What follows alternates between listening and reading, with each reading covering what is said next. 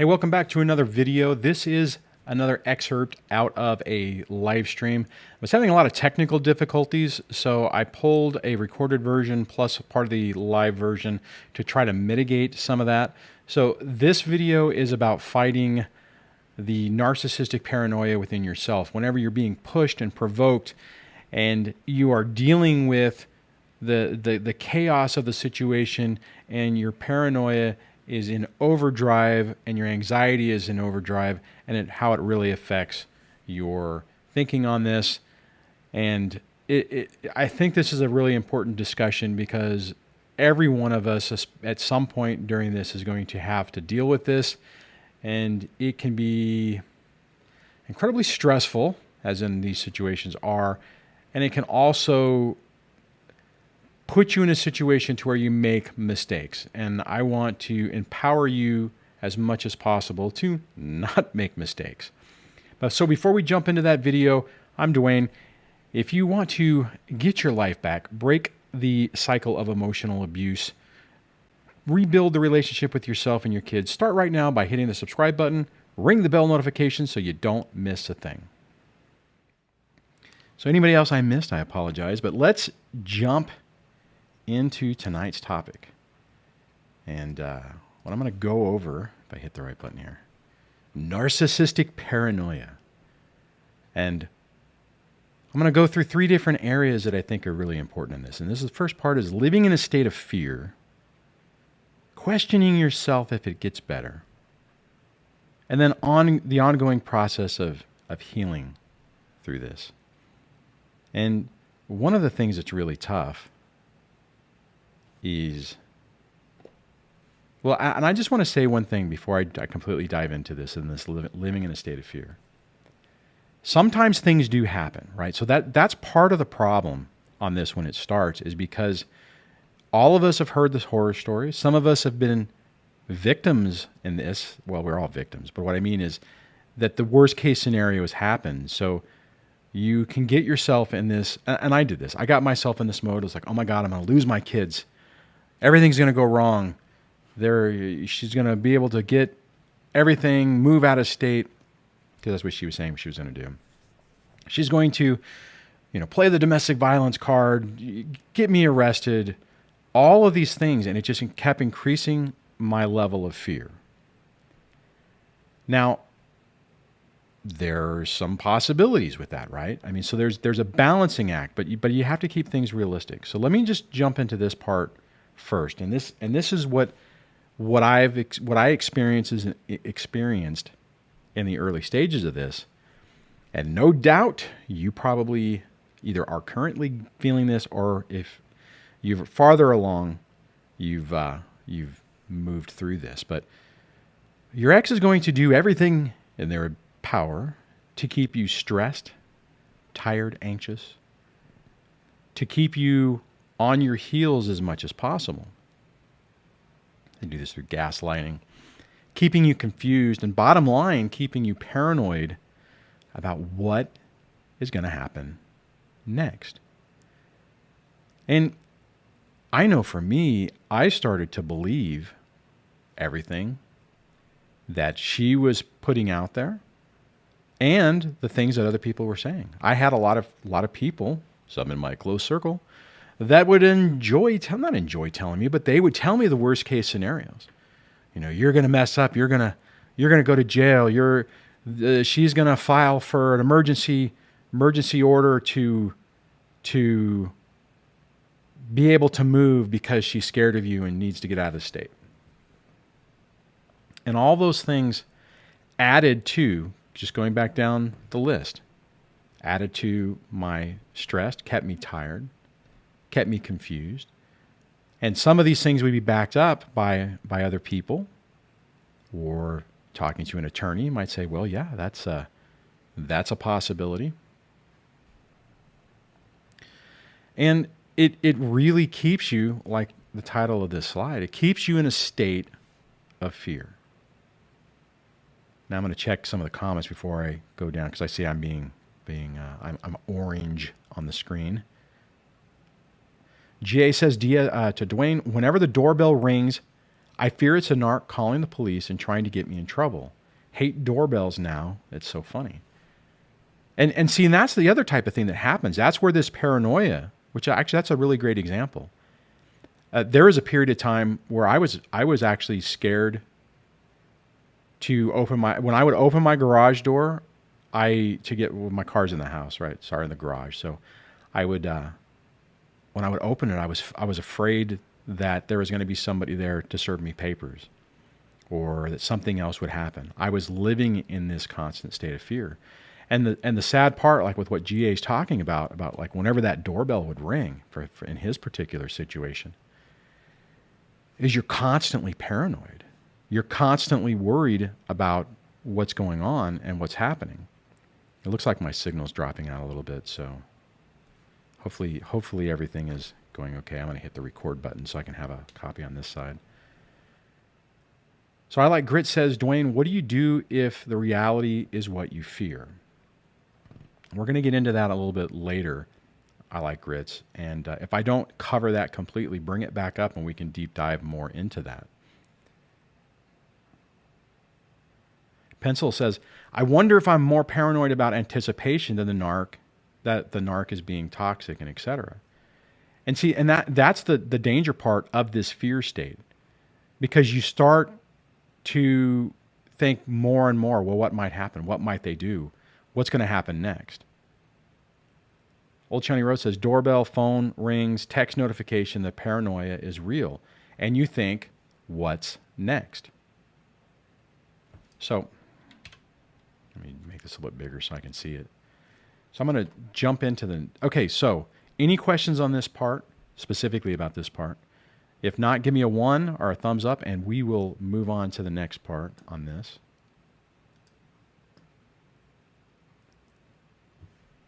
Hey, James is on. James, just to let you know, I promoted Lyle as a moderator as well. So I think we had a bit of a troll last week right at the end. All right, so I'm getting some 1s on there. E says, how do I set the ringtone to my phone to the Darth Vader Emperor's March, but only if my ex ever calls?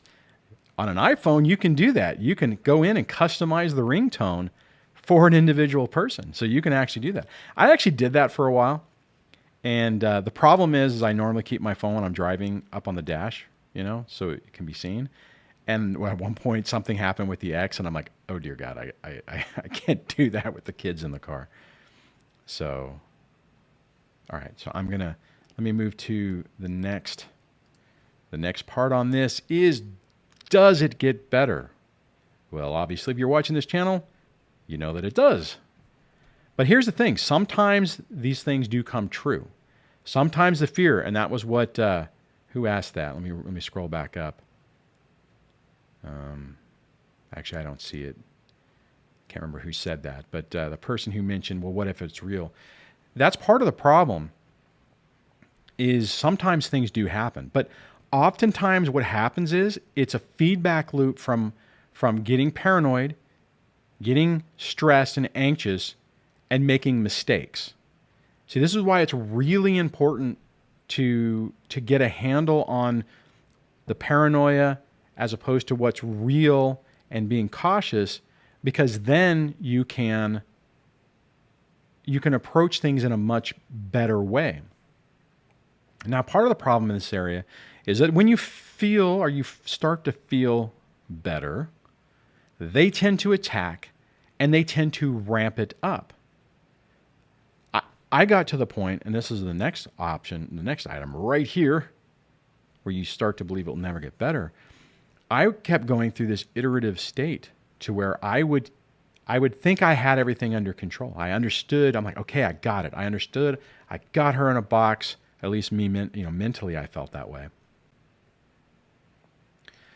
And then something else would happen. Another attack would happen, and it would be ramped up. And again, what happens is, and I'm sure, and I'll tell you what, I want to, let's do a why, just a why, if you guys agree with this.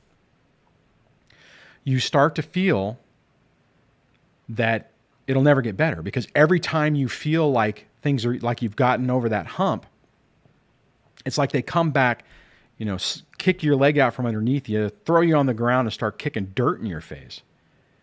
And what happened in my situation on that, and this was absolutely not helpful, is I got to the point that that when I started to feel better, my paranoia would kick in overdrive because I'm like, oh my God, things are better. That means, it's not real. It can't be real. Something's going to happen. That went on for me for about 4 years, and I'm getting a lot of whys. Tina or Tara says yes. Breaking Bombast, yes. Marty McFly, yes. Divorce Papa, yes. Measure Twice. Okay, so a lot of us have experienced that. And the problem is it's like it's like this self-fulfilling prophecy.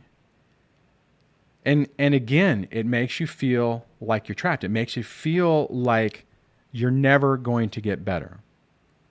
And when that paranoia sets in, I don't know about you guys, but it's like a feedback loop. It was, well, I don't have this problem now, but back then, it was like that catastrophic thinking. It's like, oh my God, what's going to happen next? Oh my God, just thinking about it right now. Just the things that would come up that, whatever. It's like, she's going to turn the kids against me and they're going to choose to live with me. And then she'll get full custody and then she'll move out of state. And then, I'll never be able to do anything. And I'll lose my house and I'll lose my car and I'll lose my job. And it was just like this stack upon stack upon stack of stuff. Marty McFly says, sounds like PTSD. Exactly. It really is. And you fall into this trap to where it feels like you're trapped. John says, Duane, the opposing attorney would press my buttons in court, and that would upset me. At one point, I said to him to go ahead and keep trying to scare me, but you will never take away my birthday.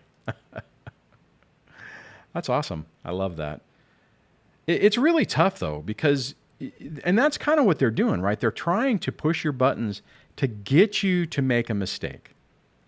And that's really the key in this part of it. In the early stages of this, whenever your ex is doing that, they are absolutely trying to get you to make those mistakes. CW says, do you think you'll ever get full custody? CW, if you are talking to me, no, I do not think I ever will get full custody. I don't think it'll happen. And hey guys, am I dropping a lot? Because I see my signal going down to 0 right now and dropping. So it looks like I'm having not a great internet day today. So I apologize about that.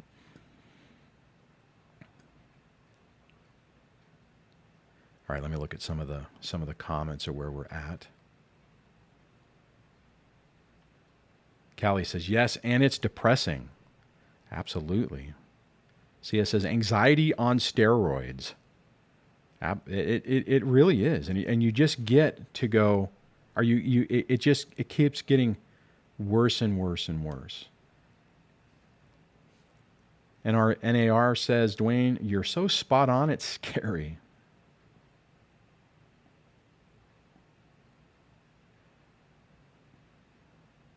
Well, I don't know why that was held. Mr. Man, where'd it go? Darnell. Oh, there it is. It says, Duane, I saw my autistic son for the first time in a year. Congratulations on that. I asked him if he loved me. He said, of course I do. I spent a few hours together. My lawyer did a great job. Well, that's awesome, man. Very good for you. Congratulations on that. And guys, here's the thing. And I'm going to use Mr. Man's example on that. If you can persevere through this, not fall for the paranoia, not fall for the trap, most of the time, obviously not always, but most of the time, if you can do what you need to do and without making a mistake, this stuff will get undone. Now, I know Mr. Man's in the early part of it, but it is absolutely not fair or right that we get put in a situation to where you have to fight a year to see your child or longer. It's not. Unfortunately, this is a situation, or these are the situations that we get thrust into, and we have to navigate it. And it's really critical to navigate it in a proper way. Let me move on to the next. Are we good for that one? If you guys are ready to move to the next part, give me a 1. John says, Duane, the psychiatrist I knew told me it's chronic PTSD and to get out of court. It's bad for everyone and will damage the kids. Oh, I absolutely agree with that. I mean, but the caveat is, and John, I'm sure you agree with this, is that you have to, you have to fight what you have to fight for. I mean, I would not recommend just saying, well, okay, I need to get out of court, so I'm just going to agree to whatever, let them have everything, because that creates an extra set of problems. Which, see, that's the tough part about this, is because all of this stuff leads into your stress, your anxiety, the paranoia, because it's this constant wound. Which is, I would highly encourage anyone who is actually still in active litigation, minimize your contact or your attempted communications with your ex. Force it through the attorneys, because your ex typically will use you wanting to save money and trying to make this easier to get access to you to create more problems. Now, if you feel like you need to do some of those interactions at first, in the off chance that maybe your ex isn't that toxic, be my guest, but just keep your eyes open so that if and when it goes south, that you can pivot your approach and minimize their ability to gaslight you and push your buttons. Pencil says, and always wondering who with people are toxic in general, or narcs with being paranoid. See, that's a good thing. That's a good point too, Pencil. And I think that did happen to me. You start getting to the point where you feel like you can't trust anybody, that everybody is, I wouldn't say out to get you, but has nefarious undertones. And it creates, again, it goes back into what I was talking about a moment ago with that self-fulfilling prophecy of things, you thinking things are going to be horrible and then it happening. Now, it doesn't always happen that way, because I sat there and freaked out and thought I was going to, get arrested at one point, and all the different things I was talking about, and the allegations that were being thrown around and what I was being told scared the crap out of me. And I can say that had I responded to any of those things in a really bad way, it could have, that prophecy in my own mind could have been fulfilled by my actions. You have to really be careful about it. William says, Duane, my baby mama tries to start arguments every day via text so she can use it against me. Absolutely. That's a very common thing. And William, I would say, make sure, you follow hybrid no contact and minimize those communications as much as possible. I personally don't like doing text because it's too much of an opportunity to respond quickly. That's why I like email, because it takes a little bit more effort to get to it. But just don't react to those provocations. GA says, criminal court in 2 weeks, Monday. Sleepless nights kicking in again. Yeah, that's and see, that's the pivot point between, see, the problem with that type of stuff is you're really in the midst of it, and there's serious consequences, right? You're already, things have been ramped up. So it makes it harder to be calm because of everything that's on the line. I hope you're doing okay, GA, because that has to be really stressful.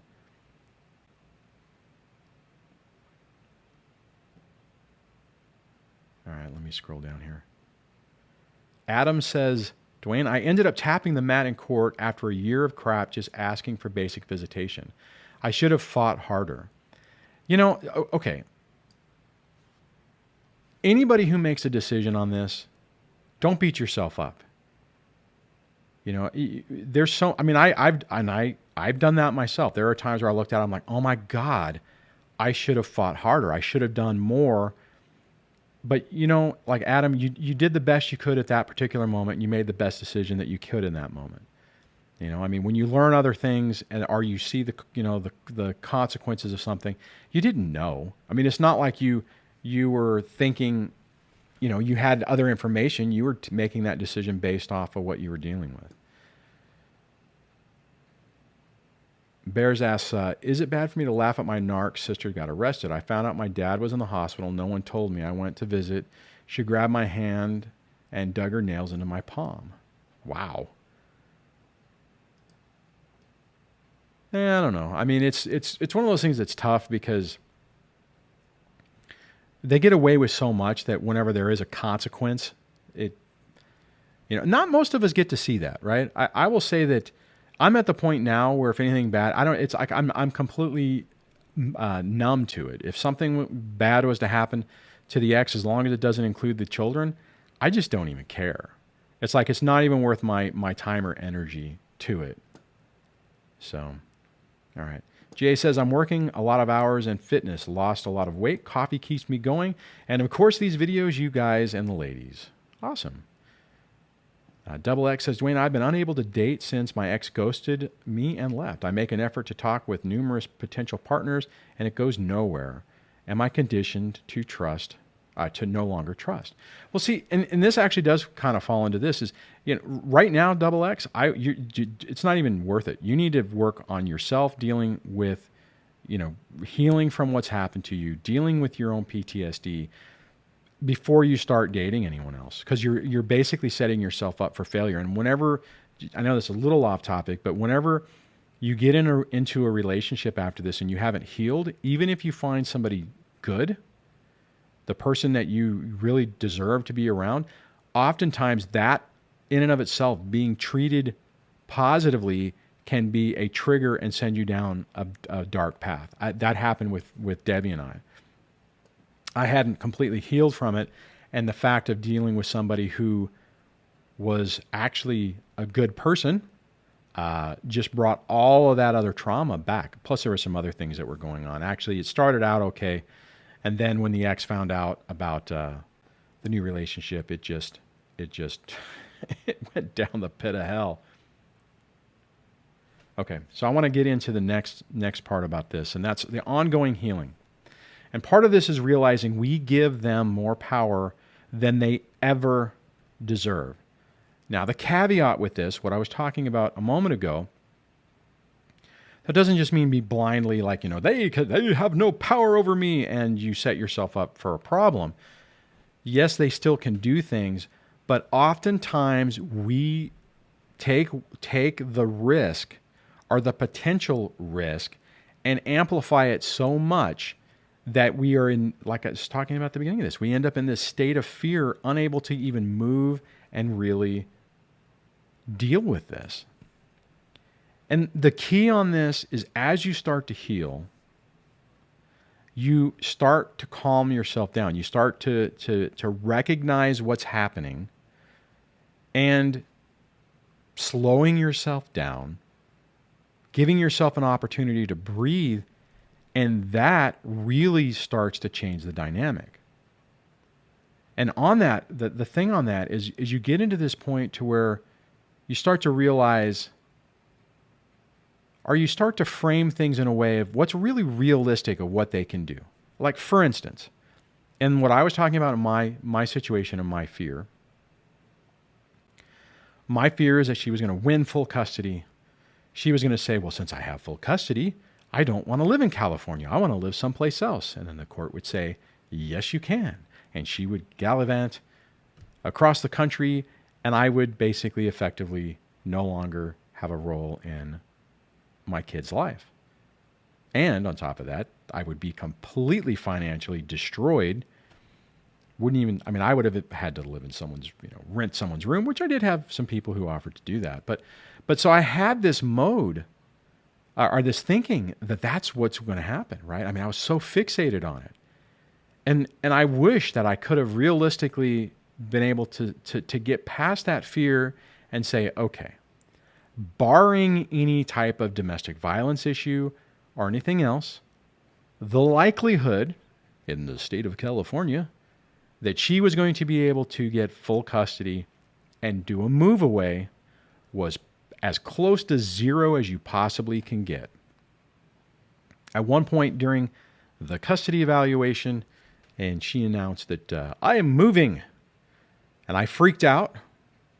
My paranoia, my fear went into overdrive, and I couldn't see what was being said. I couldn't read between the lines of what was being said because I was so fixated, like, oh my God, this is going to happen. When you get into that mode, you really risk making mistakes. And I could have said some things or did some things or whatever that could have made that whole thing happen. But again, it's about being realistic on what they can do. The other caveat I want to throw on this is be incredibly cautious when you're in this state, how you decide to communicate with your ex. Because sometimes I can be a sarcastic person. I could say things for effect. I could try to illustrate a point in a way that would be bad. And if you do that, had I done that, had I given her the ammunition to validate her concern that she was trying to say that I was a dangerous person, and she was really pushing that. I mean, she was going for it. I would have been in a bad situation. If I would have done anything, made any mistake, then it could have made it realistic. But by not doing that, it's really not that realistic. Another example I will say is if you have a standing custody order, things have been going, whatever it is. You have 80-20, you have 50-50, you have 100%, whatever it is. If that's been going on for a while and now all of a sudden your ex is saying, I'm having full custody or I'm going to do whatever, realistically, the likelihood of that happening is incredibly low. Now, the fear of it is pretty high, right? You're like, oh my God, what if they win? Well, you have to look at it like, what is the likelihood of that really happening? Now, double check with an attorney, ask some questions. Courts make mistakes, make sure that if they do win, that you can appeal the decision. Just because a judge says something doesn't mean it makes it law. Well, technically, it kind of makes it law until you appeal it, but you know what I'm saying. All right, let me see what we got going on here. Jack says to Duane, when do you know you're healed? Are we ever fully healed? That is an excellent question, Jack. And what I would say on that is, you're healed. Hold on, let me just make sure I'm in the... you're healed when the PTSD doesn't kick in. When things happen and you don't have that panic attack. When, like for instance, a few months ago when I was talking about that letter I got from Child Support Services about the arrearages for my middle daughter, the fact that when I got that, I had no stress response to it. I actually laughed. That's when you know you're healing on this. And that's why I often say it's really important to look at those triggers and to see how you're responding to them.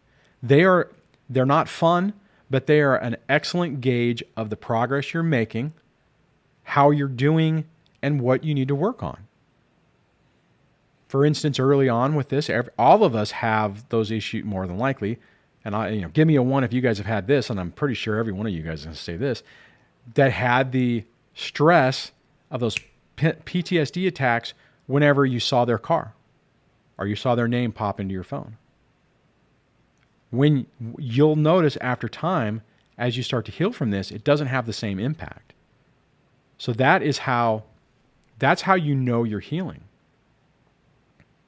Yeah, okay, I'm getting a bunch of 1s on that.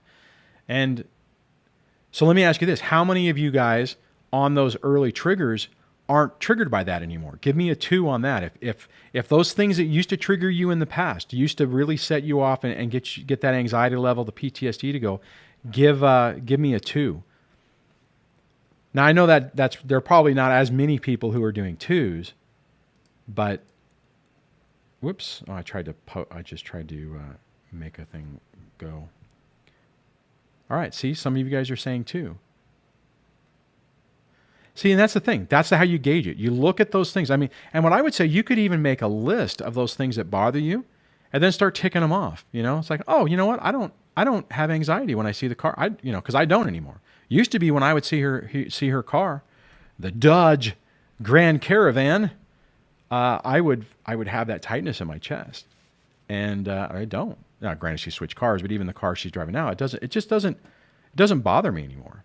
God, my signal keeps dropping in and out. That's very annoying.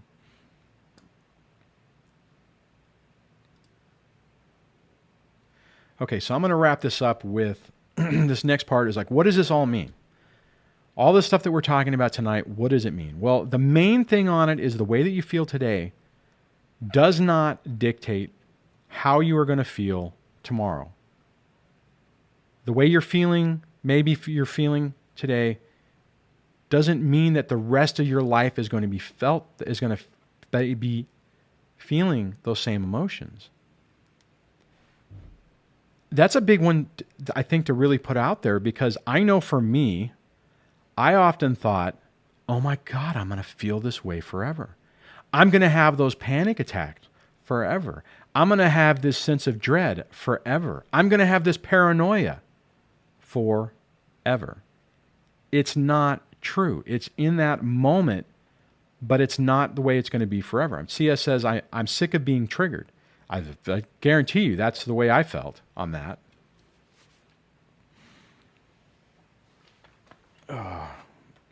So the other thing is, as you're progressing on this, you learn and you realize that they have much less power than you ever think. And here's the caveat, not the caveat, but the clarification on this. Oh, Double X is taken off. Good night, Double X. Thanks for hanging out with us. I appreciate it.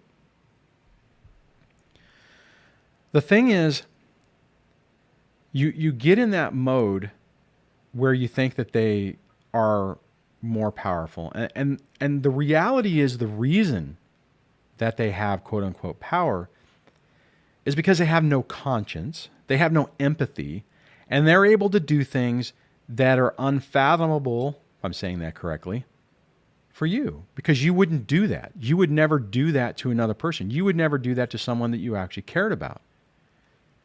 The difference is a toxic narcissistic ex doesn't have the empathy or the guilt or just the compassion to do this. So as a result of that, they're able to do things that you would never consider. So you get blindsided by it, and you're like, how in the hell can they do that? How can they play this game? And it's not even that they're being strategic. They're doing it out of instinct. They're doing it because it's like their default position. They're not, most of the time. Sometimes, they can be smarter, I guess, or more vicious. But most of the time, they're just running their default program. They're doing it without that empathy, without that compassion, which also means that once you stop reacting to them, they typically are not able to adapt to you not responding the way they anticipate. So they go on acting as if you said something bad, which starts to undermine their story and their position. And then the last thing on this is you start to learn the difference between being paranoid and being cautious. And what I want to clarify on that, because I had trouble with this, right? Because I went through a phase where I'm like, oh my God, I'm like, oh my God, what is this going to happen? Is this going to happen? What if this? What if that? And I mean, as I was doing it, I would get more tense and more stressed, and my heart rate would go up, and I would start talking faster, and all that kind of stuff. After a while, I realized that yes, there are some things that she could potentially do. Yes, there are some things that I can do to prepare myself for it. But do I need to live in a state of fear as a result of that? Or can I set up some contingency plans and continue to live my life?